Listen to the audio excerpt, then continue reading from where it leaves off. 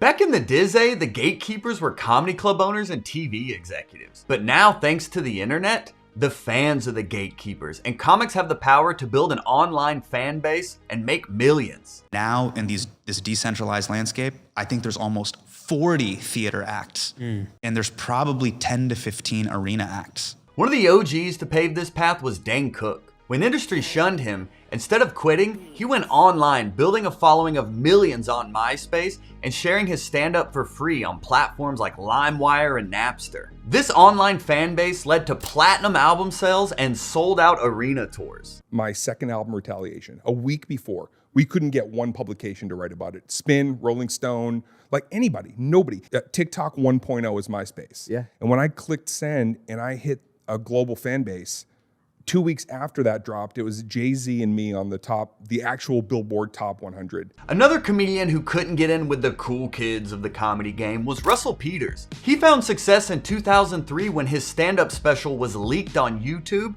How did you discover the internet as a place to sell comedy? Well, I never did. Somebody put that special, that was 2003. The one that the first clip. Somebody put it on YouTube? Somebody put it on YouTube. It was, I think it was right before YouTube. There was just file sharing, and then YouTube came into play, and then my whole world changed. And now he is one of the highest grossing comedians in the game. Bo Burnham is another comic to hack the system, but accidentally. In 2006, he released his song My Whole Family on YouTube, just wanting to share it with his family, not realizing the entire world could see it. Once this video was shared on Break.com, it went viral, leading to him having a 4-album deal with Comedy Central Records just 2 years into his comedy career. Logic would assume that all comics would be inspired by these internet comedians and start building their own online fan base. However, old school comics still believe that comedy clubs are the way and TV executives are the way to get famous. So a lot of these internet comedians actually ended up getting a lot of hate despite being so popular online. Then Dane Cook comes in and he just blows by me, and I'm like, who's this guy? Because I'm not an LA guy, I'm a road guy. So I was at a bookstore and I saw it and I thought, well, I'm gonna buy it, see what it's like. So literally I listened to it on the way home. When I got home, pulled it out, threw it in the trash. And not to say anything bad about Dane, because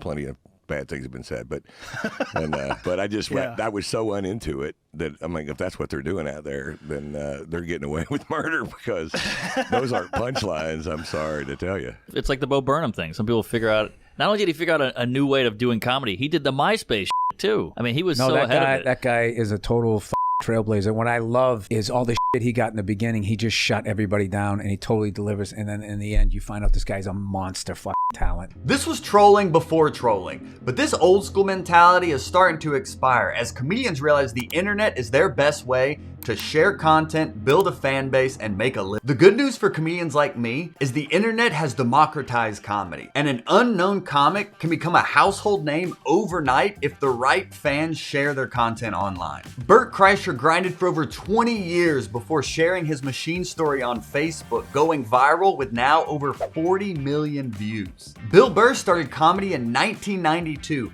but didn't find fame until 2006 when his Philly rant went viral, giving him an entire new audience online. Andrew Schultz pioneered the YouTube comedy special after every TV network shut him down. Now every comedian seems to have a YouTube comedy special, but we can all use the internet to build fan bases beyond just stand-up now. Podcasting has become a huge business for comedians. And guess what? The most popular genre of podcasting? Comedy. That's right. Joe Rogan, although known for being an MMA announcer, stand-up comedian, and host of Fear Factor, his biggest claim to fame is his podcast, The Joe Rogan Experience. Mark Maron was a struggling road comic, and after 25 years in the game, fed up with his career and not finding any traction, to battle his suicidal depression, he started the WTF Comedy Podcast, and the rest is history. Even the younger generation is cashing in. Tim Dillon, an unknown comedian, built an entire podcasting universe, generating him millions of dollars on Patreon each year,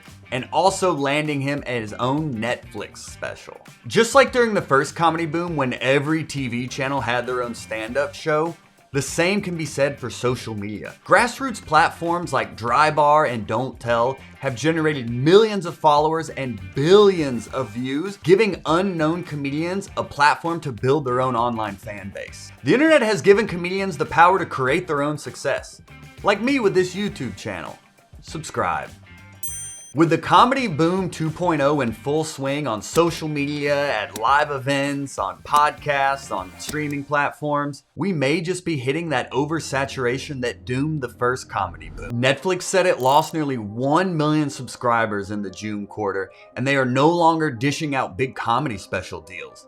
Instead, they're doing smaller licensing agreements where comedians are now responsible for all production costs. Despite this decline, I still have faith if Netflix wants to offer me a special. But otherwise, I think what makes this comedy boom different from the first is what started it: the internet. The comedy boom of the 80s was fueled by passive fans and this novelty of a new art form they could see on television. Since then, comedy and its fans have matured significantly. The internet has made the relationship between comedians and their fans much more intimate, more like a family than a passive fan. Fans have an emotional investment in their favorite comedians that just wasn't there in the 1980s. During the pandemic, comedy was a lifesaver for millions of people and comedians, and that is all thanks to the internet. Comedians like Veer Das and Norm Macdonald released comedy specials from inside their homes. Veer Das recorded his comedy special Inside Out all via Zoom, where he was telling jokes and doing crowd work with people around the world. Norm Macdonald recorded his Netflix special at home in front of a staircase